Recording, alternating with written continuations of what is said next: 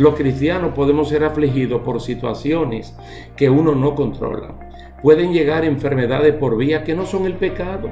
Debemos ofrecer siempre la oración de sanidad divina, consolar con abundancia de palabra e incluso recomendar la visita al médico o al hospital. Los creyentes cristianos como Job podemos sufrir haciendo el bien, y eso no significa que estamos en pecado ni que el diablo se está enseñoreando sobre nosotros. La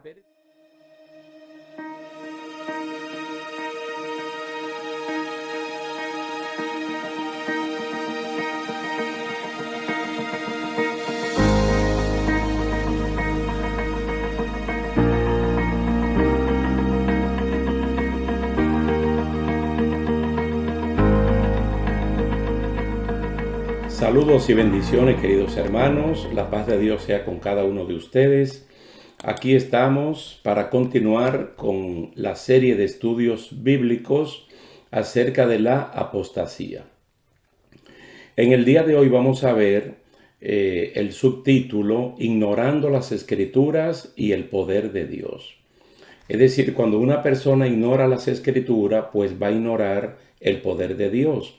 Y es por una razón muy sencilla. Las Escrituras, la Biblia, es la revelación especial de Dios. El que quiera conocer a Dios solo tiene que leer su santa y bendita palabra. Entonces, cuando conocemos a Dios a través de las Escrituras, sabemos de qué Dios es capaz. En los evangelios sinópticos, es decir, Mateo, Marcos y Lucas, nosotros encontramos un episodio donde los saduceos, una de las sectas del judaísmo, intentaron desacreditar la resurrección como un hecho real y como la esperanza que tenemos los creyentes del día de hoy. Nosotros vamos a ver en Mateo 22, 29 al 33 este pasaje. En el día de hoy lo vamos a leer en la Nueva Traducción Viviente. Ignorando las Escrituras y el poder de Dios. Vamos a ver Mateo 22, verso 29. Jesús contestó: el error de ustedes es que no conocen las Escrituras y no conocen el poder de Dios. Pues cuando los muertos resuciten, no se casarán ni se entregarán en matrimonio. En este sentido, serán como los ángeles del cielo.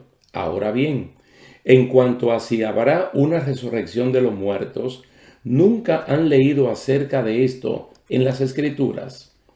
Mucho después de que Abraham, Isaac y Jacob murieran, Dios dijo: yo soy el Dios de Abraham, el Dios de Jacob y el Dios de Isaac. O mejor dicho, de Isaac y de Jacob. Por lo tanto, Él es Dios de los que están vivos, no de los muertos.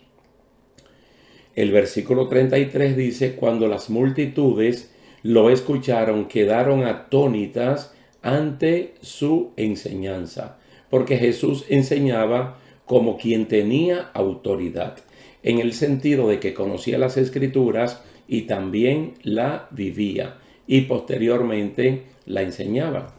Mire, la autoridad de las Escrituras también implica la autoridad de la comunidad para la cual esas Escrituras son sagradas.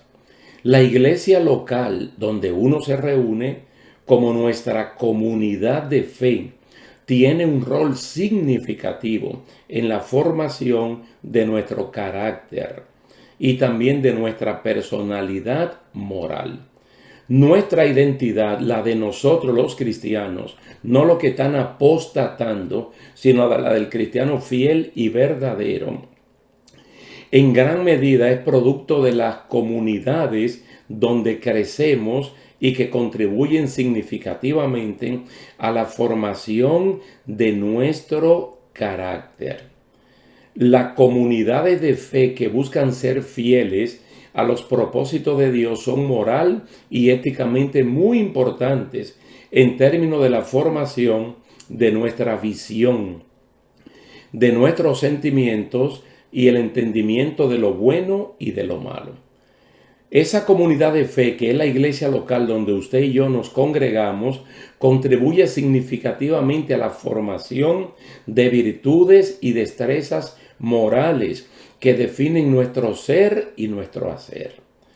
Su iglesia local, la suya y la mía, juega un papel importante en su vida espiritual.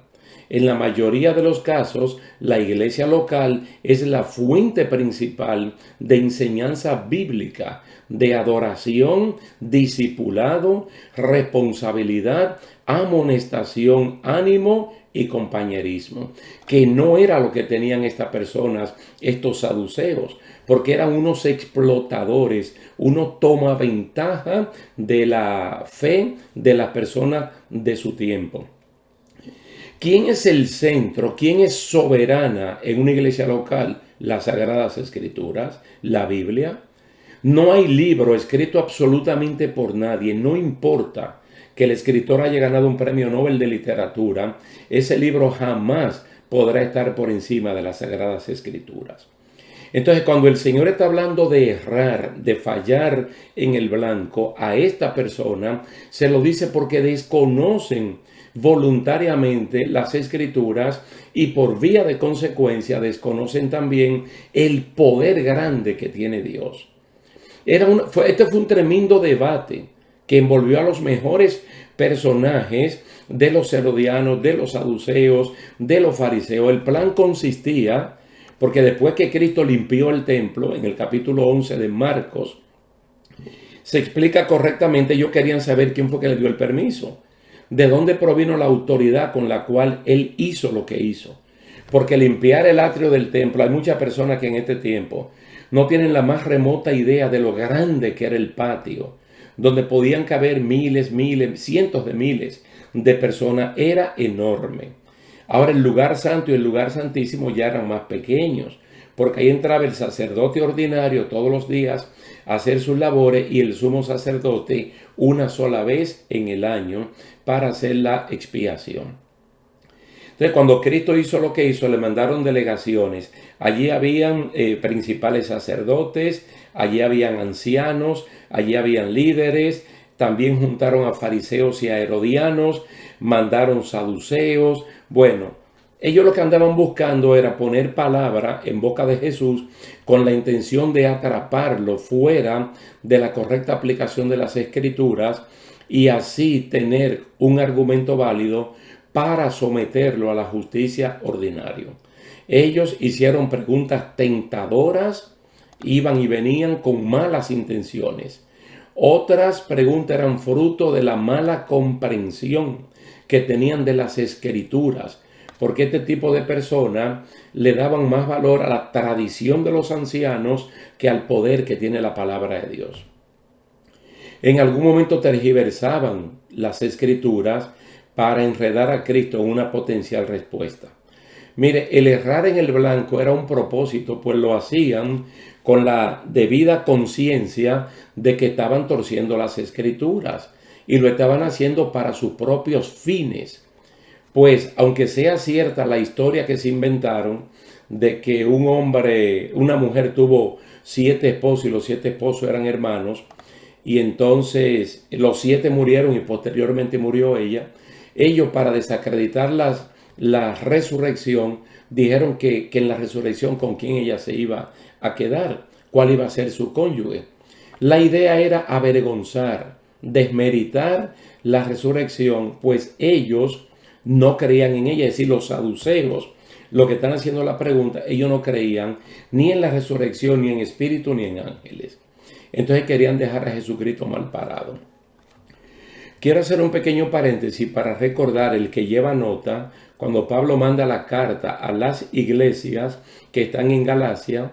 Él le habló de que si viniera un ángel del cielo y contradijera el evangelio que ya está, ese ángel es un anatema.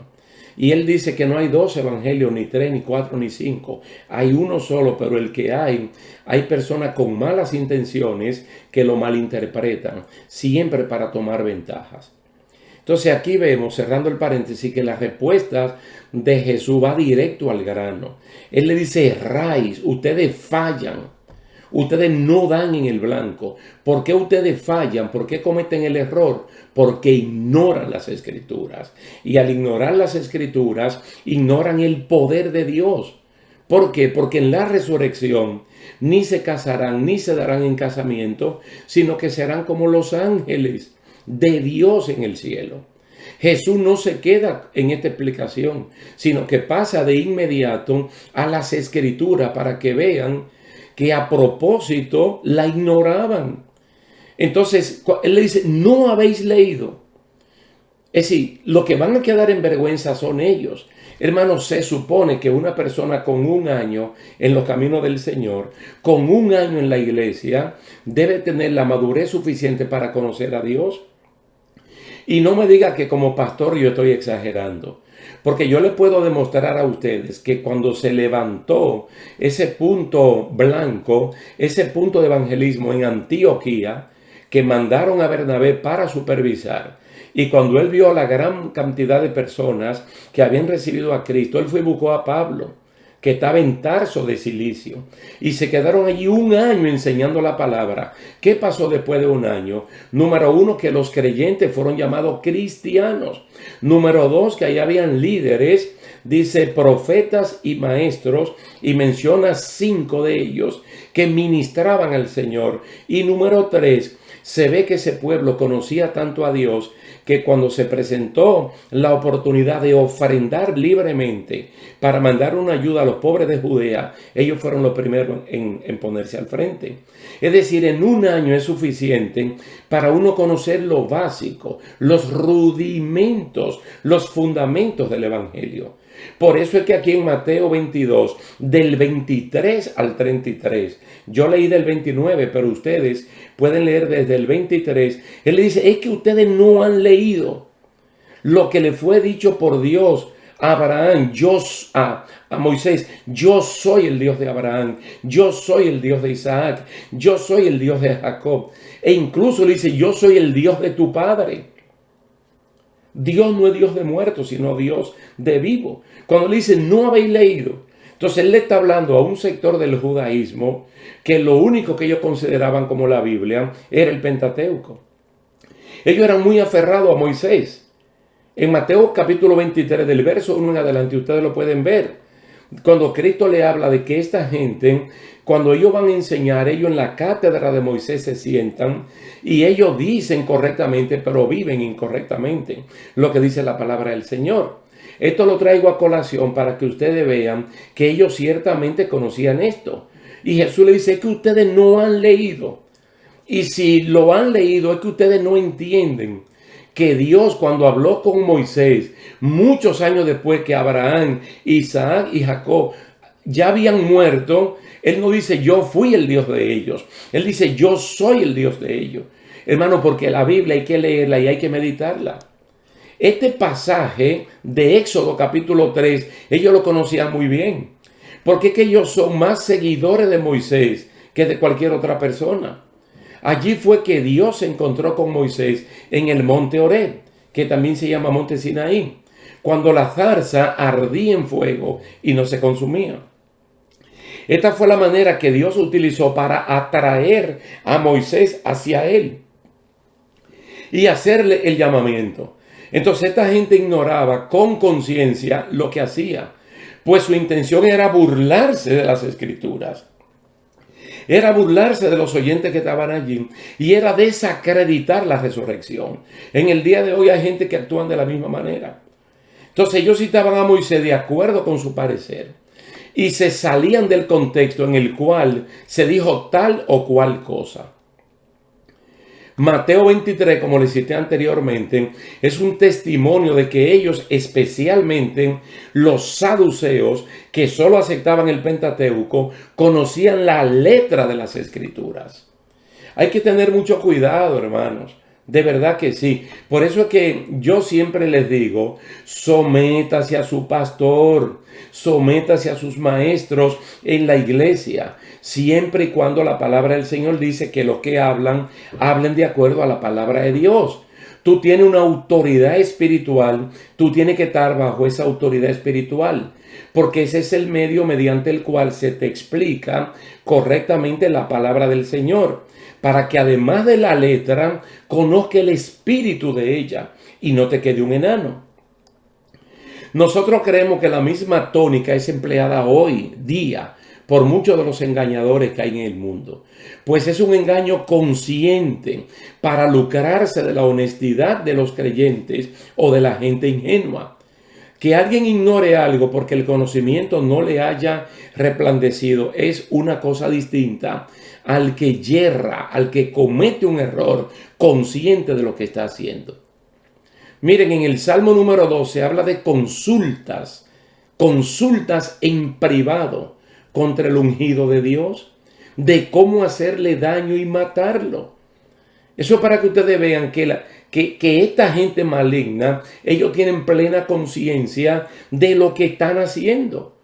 Y este mismo Salmo número 2 es citado en Hechos capítulo 4, verso 27. Los creyentes interpretaron ese pasaje en el contexto de ellos como la unión entre Pilato y Herodes, junto con los gentiles, con el pueblo de Israel, para hacer daño y finalmente matar a Jesús. Entonces, mire, entre el Salmo número 2 y esta persona hay 1000 años. Y entre Hechos capítulo 2 y usted y yo hay 2000 años. Entonces, como la palabra tiene pertinencia y vigencia, en el día de hoy hay personas que hacen exactamente lo mismo. Entonces, ¿qué nosotros hacemos? Tomamos el Salmo 2 y le decimos, mira, Señor, que hay personas que consultan en privado, en oculto, cómo hacerle daño a los cristianos. Y tratamos desde la trinchera espiritual de hacer guerra contra esta gente, porque ellos no pueden ganar esta batalla. Ustedes saben que por lo general hay alianzas malignas que operan para sacar provecho o hacer daño. Regularmente para mí son temas recurrentes ir a Esdras o a Nehemías. En el caso de Nehemías, Sanbalat y Tobías eran una especie de Herodes y de Pilato. Ellos sobornaron a un hombre para que profetizara en contra de Nehemías y así asustarlo. Nehemías capítulo 6, versículos 12 y 13. Cuando ellos están sobornando a esta persona, ellos están conscientes de lo que están haciendo. Ellos saben que lo están haciendo mal. Ellos no pueden luego decir, que no lo sabíamos. No, ellos estaban sobornando a una persona, pusieron palabra en boca de esta persona para que la soltara diciendo que Nehemías lo que quería era convertirse en un rey y declarar independencia del gobierno de Persia. Entonces en el día de hoy pasa lo mismo, hermanos, pero los creyentes no podemos estar persiguiendo conejos. Nosotros no podemos distraernos de las cosas a las cuales nos llamó el Señor. Sanbalá hizo escribir cartas que dijeran que Nehemías había colocado profetas que anunciaran su pronta subida al trono de Israel, que además le hicieran saber a la gente que no era por una causa noble que él estaba restaurando la ciudad, especialmente los muros, sino que él tenía intenciones ocultas de él declararse un rey.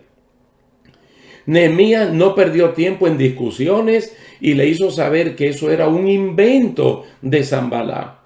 Porque nosotros no podemos distraernos, hermanos, de la labor evangelística y discipuladora a la cual Dios nos ha llamado. Mire, parecido a esto, dijo algo el Señor Jesús. Él dijo, ¿a qué pues compararé a los hombres de esta generación? ¿A qué son semejantes? Estoy en Lucas capítulo 7, verso 31 al 32. Y Cristo va a hablar algo que él lo aprendió cuando él era niño. Eran juegos que se llamaban bodas y funerales. Cuando uno tiene 3 a 7, 8, 9 años, hay muchos cuentecitos, historietas que uno aprende en su niñez. Cristo también aprendió. Y más Jesús, que tenía un sentido del humor, pero altísimo. Él dice, semejantes son a los muchachos sentados en las plazas que se gritan unos a otros y dicen, les tocamos flauta y no bailaron. Entonamos canciones de duelo y no lloraron. Eran juegos que se llamaban bodas y funerales. Bodas y funerales. Él está diciendo, por ejemplo, cuando vino Juan y los rechazaron diciendo incluso que tenía demonio. Entonces viene Cristo y los rechazan diciendo que es un comilón y un bebedor. Entonces estamos hablando de alguien que todos lo rechazan, pero voluntariamente, no porque ellos estaban inconscientes de lo que estaban haciendo. Yo personalmente estoy consciente de que quienes hacen negocio con el Evangelio de Cristo lo hacen a sabiendas que lo que están haciendo es un delito contra Dios. Porque el que hace negocio en el Evangelio tiene tres irrespetos. Número uno, irrespeta a Dios. Número dos, irrespeta las Escrituras. Y número tres, irrespeta al pueblo de Dios. Y número cuatro, agregaría, genera que el impío blasfeme de Dios. Ellos lo hacen con conciencia. No pueden alegar ignorancia. Solo tratan de aprovecharse de la obra de Dios, que en términos figurativos es representada por una manada de ovejas sencillas. Los evangélicos no somos lobos, rapaces, somos ovejas que fácilmente nos dan una vuelta y perdemos el sentido de localidad. Entonces ellos no pueden dar en el blanco porque conscientemente ellos desobedecen y no hacen la voluntad de Dios. Es un error consciente, adrede, premeditado y alevosamente ejecutado. Mire, uno de los ídolos de estos falsos líderes es el ya mencionado Balaán. Balaán es una especie de líder de este sector. Este hombre diseñó un plan que se lo vendió al rey Balac. Cuando él no pudo maldecir al pueblo de Dios, porque no lo puede hacer, entonces diseñó un plan y se lo vendió a Balac acerca de cómo hacer caer al pueblo de Israel. No lo podía maldecir verbalmente, pero podía poner piedra de tropiezo en el camino para hacer caer al pueblo. Desafortunadamente, él lo logró. Pensado, planeado y puesto en operación fue el plan estratégico de este malvado hombre, quien por lucro personal lo hizo. Esa cartita corta de Judas lo dice, por lucro, por dinero. Por eso es que cuando entonces engañan a gente buena, la gente buena, según Mateo 24, entonces tropieza y cae, algunos apostatan de la fe. Otro que yo le mencioné anteriormente, que también falló voluntariamente, fue Giesi, el ayudante de Eliseo, un tipo que tuvo la oportunidad de su vida.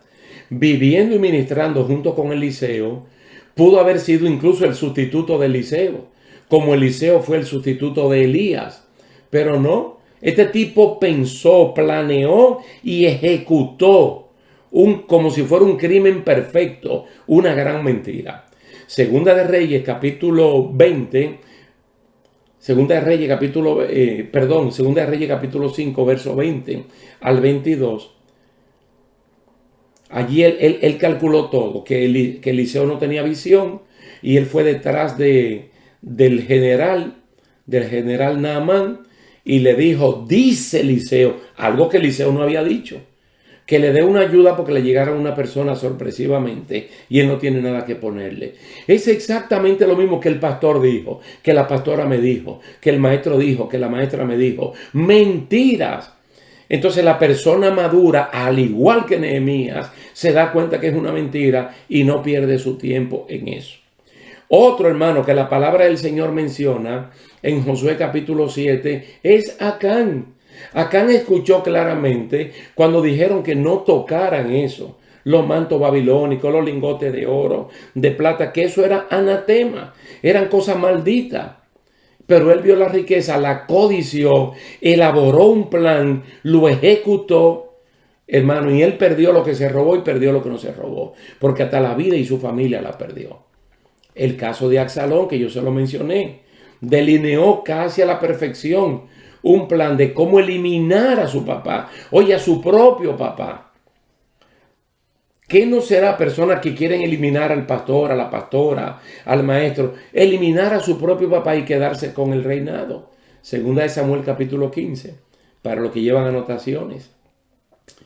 Otro caso, hermano, porque le estoy hablando de personas que voluntariamente, conscientemente, ellos diseñan esto, pero su final lamentablemente no es bueno. Ananías y Zafira entraron en un mutuo acuerdo de cómo mentirle a los apóstoles con clara intención, con clara conciencia de que hacían algo malo. Hechos capítulo 5. El otro caso, Saúl el apóstata, que ya vimos un capítulo aquí en esta serie de la apostasía. Él sabía que tenía que eliminar a los amalecitas y a sus animales. Y en franca y abierta desobediencia desechó a Dios y desechó su palabra. 1 Samuel 15. Estos y muchos más erraron, fallaron, ignorando las escrituras e ignorando el poder de Dios. Y toda esta persona como Giesi, Ananías y Zafira, Absalón, todo el poder de Dios le cayó encima. Porque o perdieron la vida, perdieron el trono o lo perdieron todo.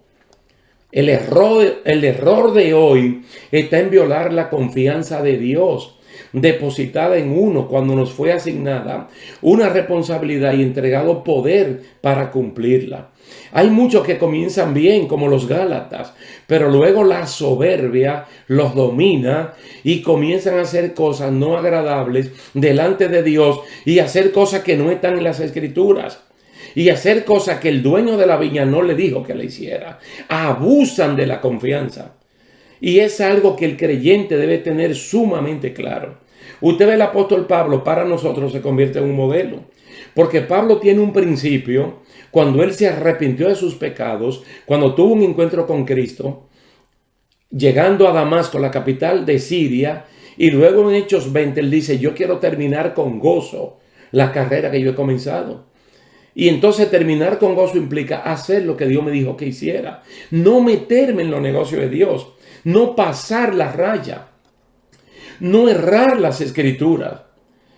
Ya se ha visto gente que han comenzado bien, teleevangelistas, cuyos principios humildes, dignos de siervos usados por Dios, han terminado en decadencia, en burla y haciéndole daño al evangelio, porque se le fueron los humos a la cabeza. Ojalá que en la iglesia local eso no pase. Ojalá que eso no pase. Porque el Espíritu reprende, pero ellos insisten en seguir en lo mismo. Pablo afirma que algunos se desviaron de la verdad y dice que otros naufragaron en cuanto a la fe.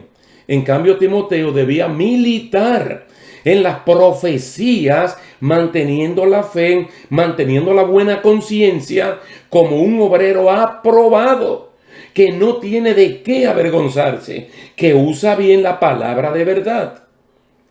Para los que toman anotaciones, 1 de Timoteo 1:19 y 2 de Timoteo 2:15 al 18. Todo este error consciente y una falta adrede de desconocer el poder de Dios es lo que lleva a la vergonzosa imagen de ver el evangelio como un negocio y a la gente como mercancía y a mucha gente blasfemando el nombre de Dios. No olviden que nosotros citamos a Mateo 22 y allí estamos hablando de un sector que dice ser pueblo de Dios. Un sector, el de los saduceos, que dicen ser maestros dentro de la obra de Dios. Y estos maestros que no conocen la palabra de Dios, ¿sabe a quiénes se parecen? A los dos hijos de este señor, del sacerdote que estaba en tiempo de Samuel y de Ana. Ahora se me olvidó el nombre, pero sus hijos, Ofni y Finees. El sacerdote Elí. Dice que los dos hijos eran sacerdotes de Dios, pero no conocían a Dios. ¿Tú te imaginas eso? Que yo sea empleado de la ferretería tal y yo nunca haya puesto un pie ahí. Que yo no esté ni siquiera en la nómina de esa compañía y yo diga que soy empleado de allí. Entonces, estas personas que supuestamente tenían que enseñar, ellos mismos no conocían las Escrituras. Y al no conocer las Escrituras, desconocen quién es Dios. A usted y a mí no nos puede pasar eso, porque es que Hechos capítulo 2 y Hechos capítulo 4 dice cómo es que la iglesia crece, cómo es que la comunidad crece. Por eso es que la iglesia, la persona no puede estar saltando de congregación en congregación. No puede estar andando detrás de pastores y pastores. Tiene que estar firme en su congregación, crecer allí en su comunidad, donde la palabra de Dios es central y es soberana. Mire el Salmo 119, que es el salmo más largo o el capítulo más largo de toda la Biblia. Ese salmo tiene 176 versículos. Yo creo que el más conocido es el 105, pero tiene 176 versículos. Y están diseñados en base al alfabeto hebreo, tiene 22 letras. Entonces, cada letra del alfabeto es un bloque. Quiere decir que hay 22 bloques y 176 versículos. Por ejemplo, Aleph, Bet, Gimel, Dat, que son como las primeras letras, así comienzan. De 176 versículos, solo hay 3 que no son sinónimos de la palabra de Dios. El versículo 90, el 122 y el 132. Entonces el versículo 105, que tal vez es el más conocido, revela la naturaleza de la palabra de Dios como lámpara, como luz. ¿Te das cuenta que esta gente no tenían eso? Y tú lo tienes y yo lo tengo. Cuando diariamente y cuando nos congregamos, escuchamos la lectura de la palabra de Dios y ponemos atención cuando el pastor, cuando la pastora está predicando la palabra del Señor. Nos convertimos en los judíos de Berea y prestamos atención y anotamos los textos bíblicos. Y ahora que las cosas se graban, cuando llegamos a la casa le damos seguimiento para ver que lo que el predicador o la predicadora, lo que el maestro o la maestra nos dijeron es correcto. Porque la palabra es lámpara, es luz. Mire, dice, alumbra nuestros pies para que sepamos dónde lo ponemos. ¿Te das cuenta? Que no podemos ignorar las Escrituras, porque estaríamos ignorando el poder de Dios. Su palabra aclara nuestro camino para evitar extravíos. Pero ¿por qué Pablo no se descarrió? ¿Por qué Timoteo no se descarrió? ¿Por qué Lucas no se descarrió? Porque no ignoraron las Escrituras. Mire, hermano, el mismo Job no terminó descarriado, porque en Job 42, él levantó sus 2 manos al cielo. Él dijo, Señor, yo sé que tú todo lo puedes. Incluso uno de sus amigos, Elifaz Temanita, en Job 5, describió el poder de Dios como pocas personas lo han descrito en toda la Biblia. Hermano, la Biblia, las Escrituras, arrojan luz. Por eso que tú ves tantos creyentes vueltos locos y sin ideas, porque no leen la Biblia. No leen la Biblia, no saben qué hacer. Si no estoy equivocado, creo que en Hebreos 5 o 6 por ahí, habla de el que tiene el sentido ejercitado, es el que maneja bien la espada. Y en Efesios capítulo 6 dice que la espada del Espíritu es la palabra de Dios. Entonces, ¿qué es lo que se pide de tu vida, de mi vida? Que leamos la Biblia. ¿Para qué? Para conocer a Dios. No a Moisés, no a Pablo, no, a Dios. Y al conocer a Dios, sabemos cuán grande es su poder. Y no es verdad que vamos a estar errando, fallando. Todo el Salmo 119 es un gran homenaje a la soberana palabra de Dios. Si ignoramos la palabra de Dios, vamos a ignorar su poder y seremos presa fácil de la apostasía. Pero eso no va a ocurrir, porque por eso estamos en esta serie de estudios bíblicos. Y por eso tú te congregas en tu iglesia y está bajo la autoridad espiritual de los hombres y mujeres que Dios ha llamado a este ministerio. Hombres y mujeres que Hebreos capítulo 13 te dice a ti y a mí que lo usemos como referencia y que imitemos los resultados de su fe. Dios te bendiga, Dios te guarde. Será hasta la próxima y muchas gracias por la atención prestada. Dios te bendiga. Dios. Entonces, ¿quién tú quieres que te reconozca? ¿Dios o el hombre? Dios. Porque Hebreos capítulo 6, verso 10 dice que Dios no es injusto. Dios es justo para reconocer lo que tú has hecho por amor a su obra. A Dios no se le tiene que ir el sueño. Dios no tiene que buscar el libro de crónicas y memorias para acordarse de tu trabajo. Dios lo tiene presente. Mas, sin embargo, los engañadores utilizan palabras para ser reconocidos por los hombres y recibir alabanza de ellos.